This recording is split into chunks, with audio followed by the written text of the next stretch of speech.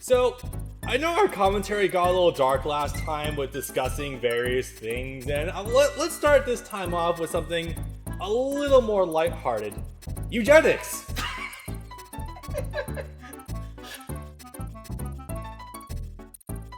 Alright. Updates seem to be coming in nice and smooth, nothing crazy, nothing interesting. That's fine. What? You what now? What the fuck? Hello? What the fuck is that? Hello? Excuse me? What the shit? Okay. You want to run that by me again?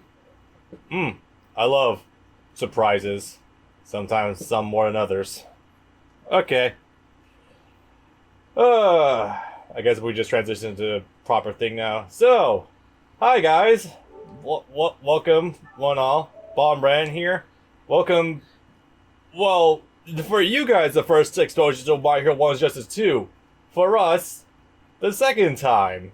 Because as it turns out, last update at 6/9/2020.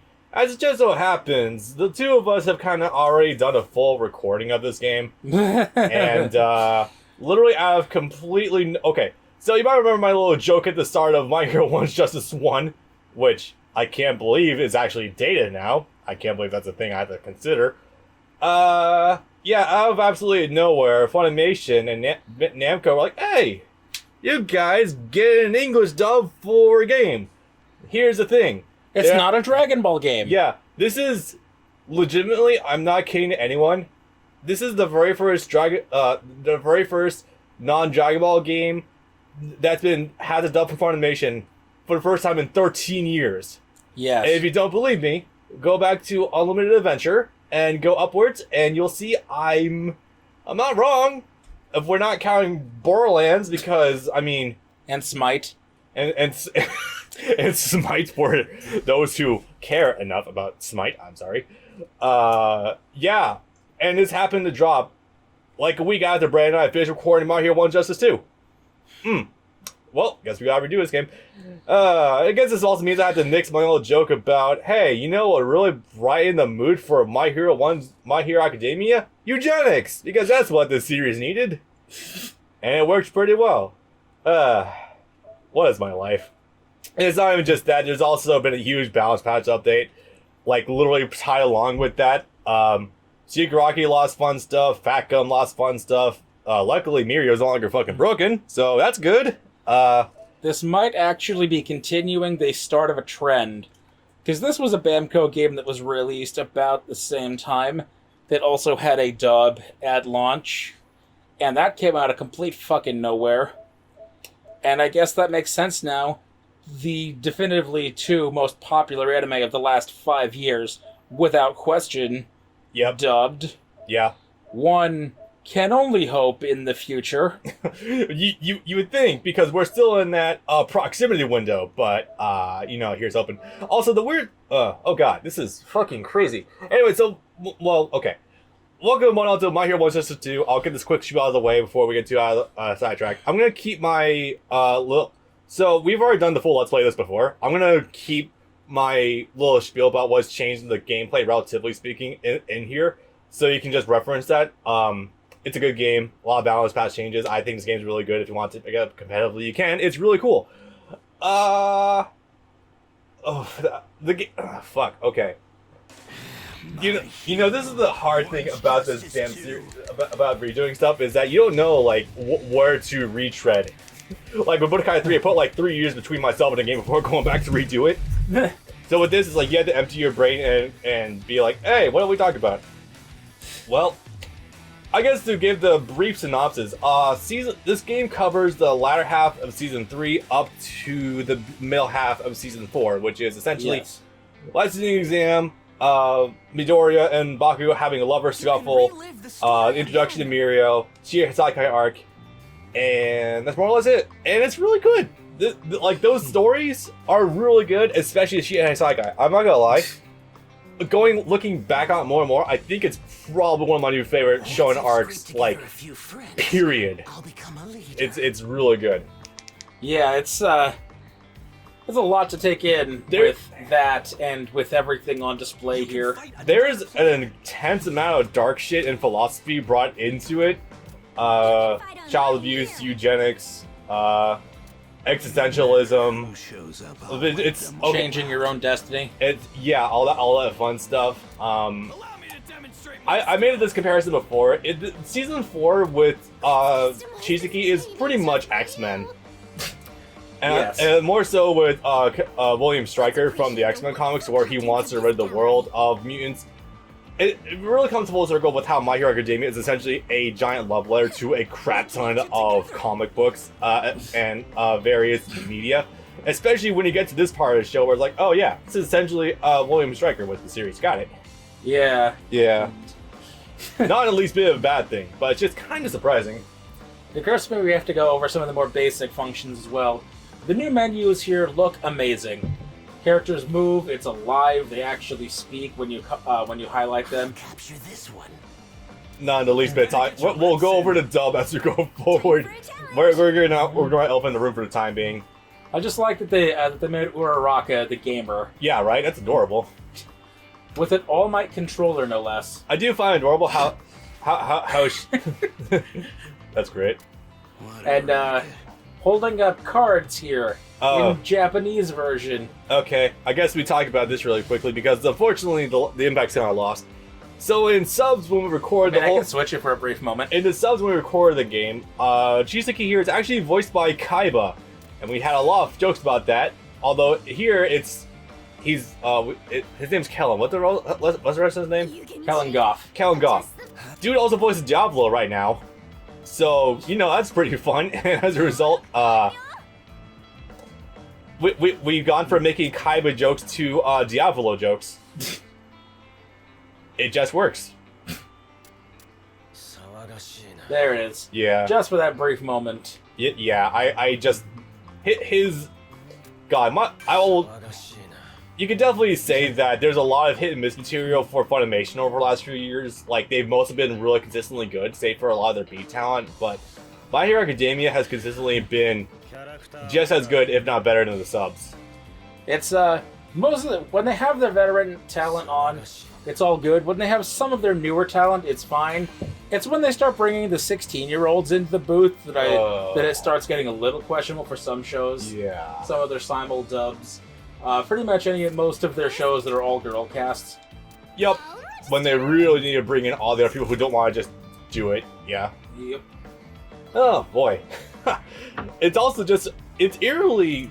It's kind of eerie how this is also the very first Funimation that we can talk about that's not Dragon Ball. Yeah. Yeah. That's spooky. That's really scary, actually. They got the One Piece game, and back in the day they had like 2 Yu Yu Hakusho games, and I think that might be it. I think you're not wrong. Yeah, I want to say you're 100% right in that regard, actually. Holy shit. Wait, actually, I think they... okay, so there are Initial D video games. I think some of them came to America too, and Funimation holds the license to Initial D. That's even funnier.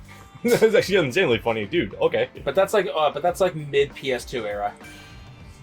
Back when the standards were a bit more lax. Yeah. Yeah. Also, holy shit, the load times are so much better. Granted, we're running this on PS4 Pro, so naturally it's going to be better regardless, but god fucking damn, is it just so much better across the board. Boost mode, bitch. Yes, definitely. I mean, not even my regular PS4, it runs really good. Like, it's absolutely amazing. Also, one thing I do like, it shows you up front if you want to change manual or normal. That is really good, because it asks you straight up. I feel like we were just having this conversation. We practically were. I wonder. Go check out the Switch playthrough of One Justice 1 if you want to go take a look at it. Also, there's a difference here. Characters move a lot smoother on the select screen as well. Yes, definitely. They were stilted even on the PS4 version.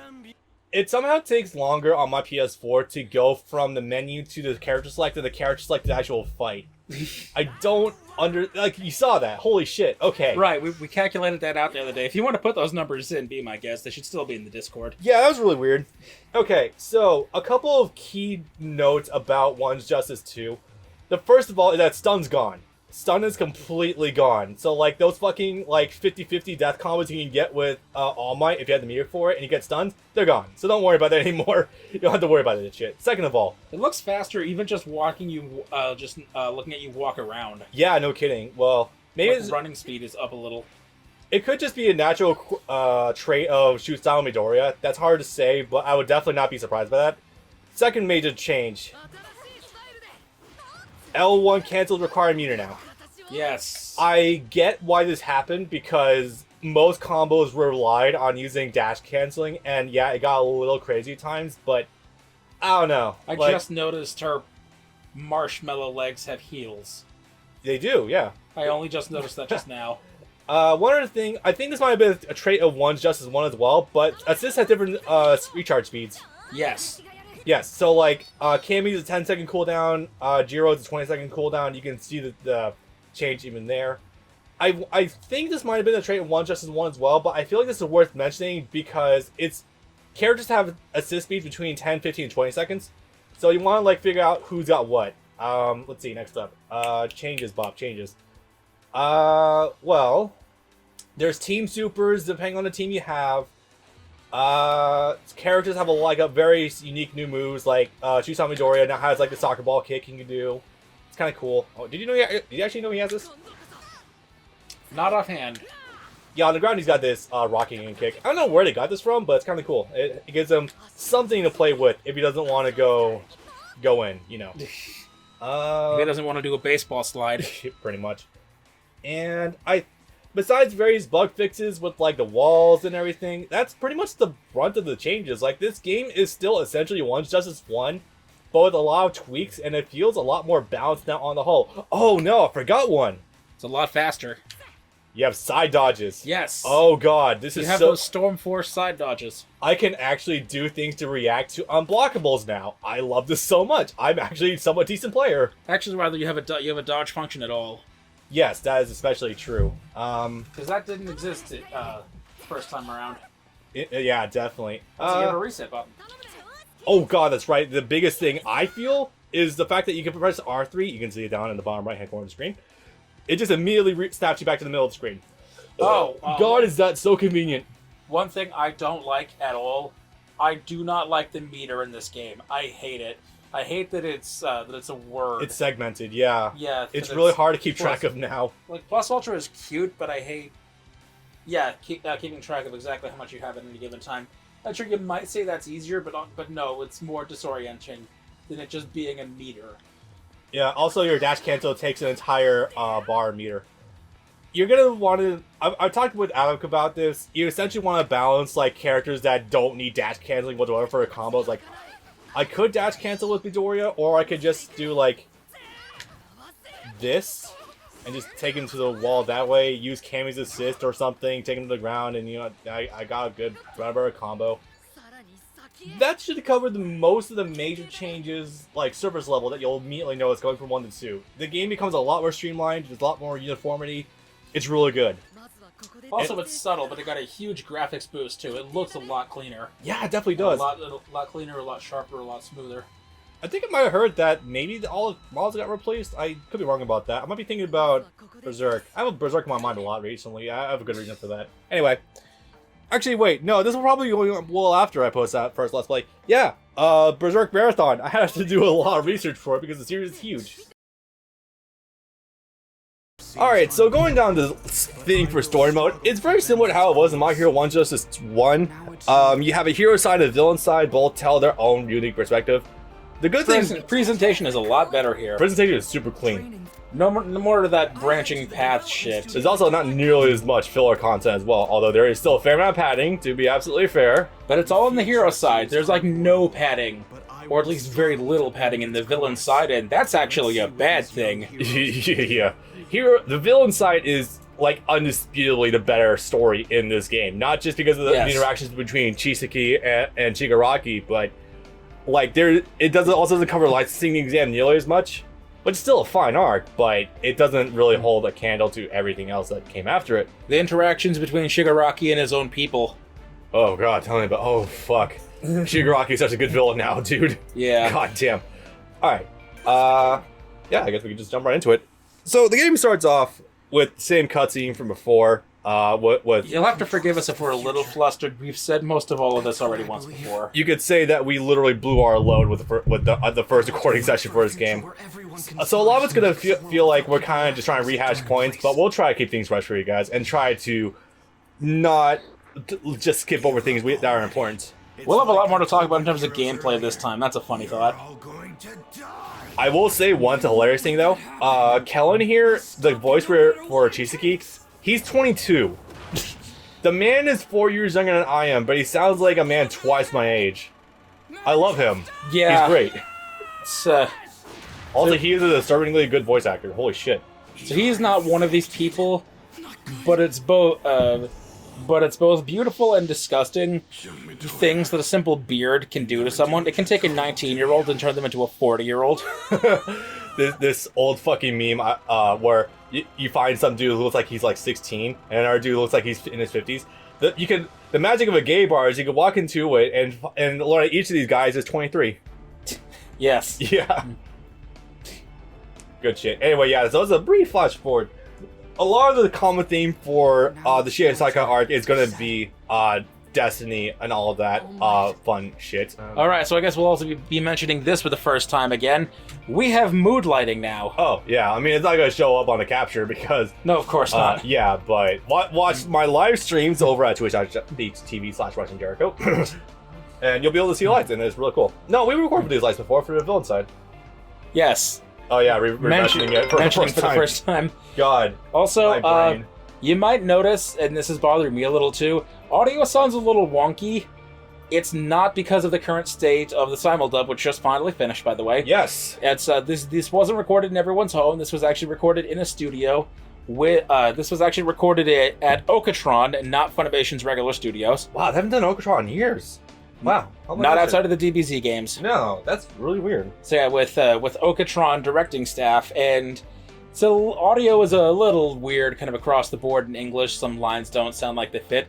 Yeah. The other thing you're going to be noticing, if you're used to the dub, is that they're not using Funimation's own script. They're using Bamco's own existing pre-translated script. And if you're familiar with Xenoverse at all, we're in for a fun time. Which also means that that this dialogue is not meant to sync up to the track whatsoever. So of course there's going to be some sync oddities, but beyond that, it's also going to be a lot more verbose. I guess I'll say it's not going to be nearly as straightforward because this is meant to be a strict translation of the Japanese script, not adapted the way you would for a proper anime. It's very much like a Storm game. If you're familiar, to put that in like the bluntest way possible, it's like a Storm game, where you pretty much like just directly do the lines, but as a result, like a lot of nuances aren't fully carried over. It's very blunt. Storm 2 in particular, they got better about that by 3, but yeah, definitely. Anyway, on with the show. Oh right. I know we're playing a game. And like I said, anything else though, the fact that news of what happened in Kaminoku spread. Oh yeah, we'll talk about the story nuances as we go forward. Don't worry, guys. It's just we just have to do a boilerplate speak for the beginning of this. The one thing I will definitely say though is that playing this game in dubs, the game feels like a whole different game now than when you're playing it in subs. Yeah, because not only because of the fact that you can understand everything, but there's no subtitles regularly when you're in combat. That always held true. Yes. Even for the first game, when there was no subtitles on the dialogue or ultimate attacks or win quotes or anything. Yes, definitely. And that was a really bad... That leads me to believe they might have planned to dub the first game, but just didn't. Because even for Bamco, that's incredibly lazy not to subtitle anything in combat. Definitely, or even the intro or the outro quotes. I wonder if Bamco doesn't have confidence in how well this game would sell, and from my understanding, 1 vs. 1 sold pretty decently. Yeah. 1 vs. 2? Oh yeah, this game really sold pretty well. It's already done better than the first game entirely, and right. with a dub to promote that they're not actually promoting a week after launch. Oh, that's the other thing. Dub, stealth drop, no announcement whatsoever. Oh, can we also talk about the stream that someone did there that Inasa did? Oh yes, Right. So that shipman. So according to Brandon, the voice actor for Inasa actually did a recent stream of this game, Matt Shipman. and he says that apparently they recorded this back in January. Yeah, they recorded it a long time ago, and they were just sort of holding on to it for a couple of months, not being able to say anything, that everyone had to keep hush-hush. Which means they were recording this during the recording of Season 4. Here you go. Oh, sweet. Okay. During the recording of Season 4, but before shit went to hell. Yeah. Both literally and figuratively. Essentially, yeah. Okay, so I'm going to include at the start of this video, of course, my general changes that have happened from the first game to the second game. So I'm not going to cover them here, but this tutorial does cover a good amount of ground. To put it simply, if you didn't watch that, I'm sorry if you didn't, nothing's really changed substantially, like structure-wise. That's kind of a good thing and a bad thing. Because these guys, Biking, these guys are really fucking good game developers. They, who didn't really have anything to their name beforehand, they did pretty fucking decently with this.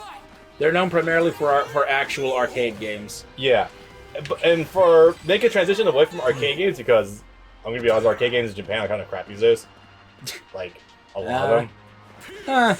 Depends if you're actually playing in an arcade setting. I think it depends on the game too. Like, some fighting games are really good, but then you get to like Gundam Versus, like, I'm not, no. That's just me personally. That's where you gotta go and play the actual Gundam Battle Pod games, where you're sitting inside a fucking cockpit. It's so weird. Okay, I have a thing to share with you, actually. Okay, so last night, I remember that in our prior recording, I managed to accidentally do the finger blast with Midoriya. Right. I tried labbing last night for like an hour. Like, how the hell do you do that? I think that's exclusive to this training mode. Because I can't get him to do this otherwise. Oh my god. I legit tried like for an hour, but I can't get it to work otherwise. Do you think that's bugged? No, I think it's a thing exclusive to this version. So like, look, guys, like I don't think I'm going crazy. Like, I try to do charges with Midoriya in shoot style, but he can't do these. Because otherwise, I mean, yeah, I think shoot style would be way better because his neutral is not that fantastic. No. So strange. Okay. Also, yeah, a lot of dub lines in this game are completely improvised, and another thing I do love on top of that is there's a lot of unique lines shared between everyone. It's of course something you want to get in the subs, obviously, because one, no subtitles, and two, you can't really understand it. But between the interactions with characters is so, like, they really put a lot of love into this game. I met the greatest hero in the world. Yeah, like if you use Jiro and you use the sound assist, like they make actual comments about like, "Ow, my eardrums are gonna burst," and Ida says, "It's noise pollution." Yeah, such good things shit. like that. They'll react to being frozen, being on fire, getting exploded, acid, whatnot. They react to all of that, and I don't know if that was in the Japanese or not. I would be led to believe that it probably wasn't, and that they were just having fun with it with the dub. Yeah, definitely. I mean, it also goes to show how many sound files they just had on tap for this game, like in the sub side.